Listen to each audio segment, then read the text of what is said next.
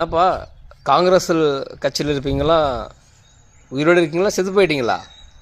இல்லை நாடார் சமுதாயத்தை சேர்ந்தவர்கள் நீங்களாவது உயிரோடு இருக்கீங்களா? எதுக்கு சொல்கிறேன்னா, அழிக்க நினைத்தவர்கள் எல்லாம் என்ன ஆனார்கள் என்பதை நான் பட்டியலிட்டு காட்ட விரும்பவில்லை. பெருந்தலைவர் காமராஜர் திமுகவுடைய கட்டவர்களை வெட்டுவேன் என்றார். அவருக்கு கல்லறை கட்டியதே நாம் தான். அதுக்கு சொல்கிறேன்.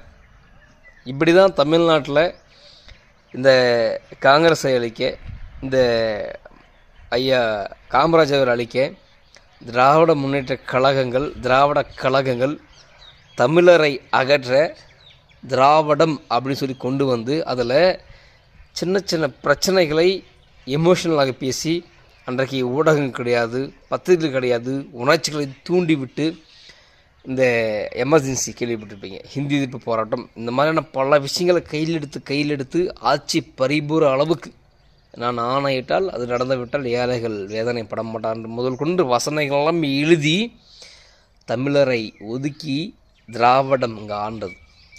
இப்படித்தான் பல இடங்களில் இன்னொரு சாதிக்கும் மற்ற சாதிக்கும் சண்டை போட்டு சண்டையை தூண்டிவிட்டு அவர்களை அழித்து நிர்மூலமாக்கி இரத்த கரையெல்லாம் அவர்கள் மீது பேசி, இதை பாருங்கள், இவன் தாங்க ஜாதி வெறி, இவன் தாங்க சாதிய வன்மமாக இருக்கான், இவன் தாங்க கொண்டுட்டான் அப்படின்னு சொல்லி பிரபகண்டா பண்ணி பண்ணி பண்ணி திமுக ஆட்சிக்கு வந்தது.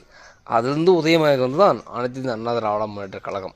இது ஏன் சொல்கிறேன்னா, இனிமேலாவது பட்டியல் சமுதாயங்கள் தெரிந்து கொள்ள வேண்டும். இங்கு சின்ன சின்ன விஷயங்களை பெருசு ஆக்கி திமுக ஆட்சிக்கு வந்து இன்னிய வரைக்கும் சாதி ஒழியல.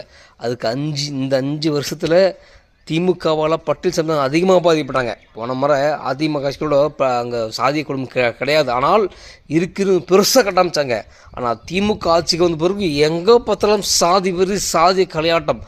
ஆனால் என்ன பண்ணுறாங்க, அவங்க அதை மறைச்சி ஒழிச்சி மீண்டும் அதை ஆள துடிக்கிறது. இப்போ கூட மேல்பாதி கிராமத்தில் விசிகாவை சேர்ந்த ரவிக்குமார் சொல்கிறார், கோயிலுக்குள்ளே எல்லா சாதியும் உள்ளுக்கு போக சொல்லி பாமக வந்து சொல்லிச்சு.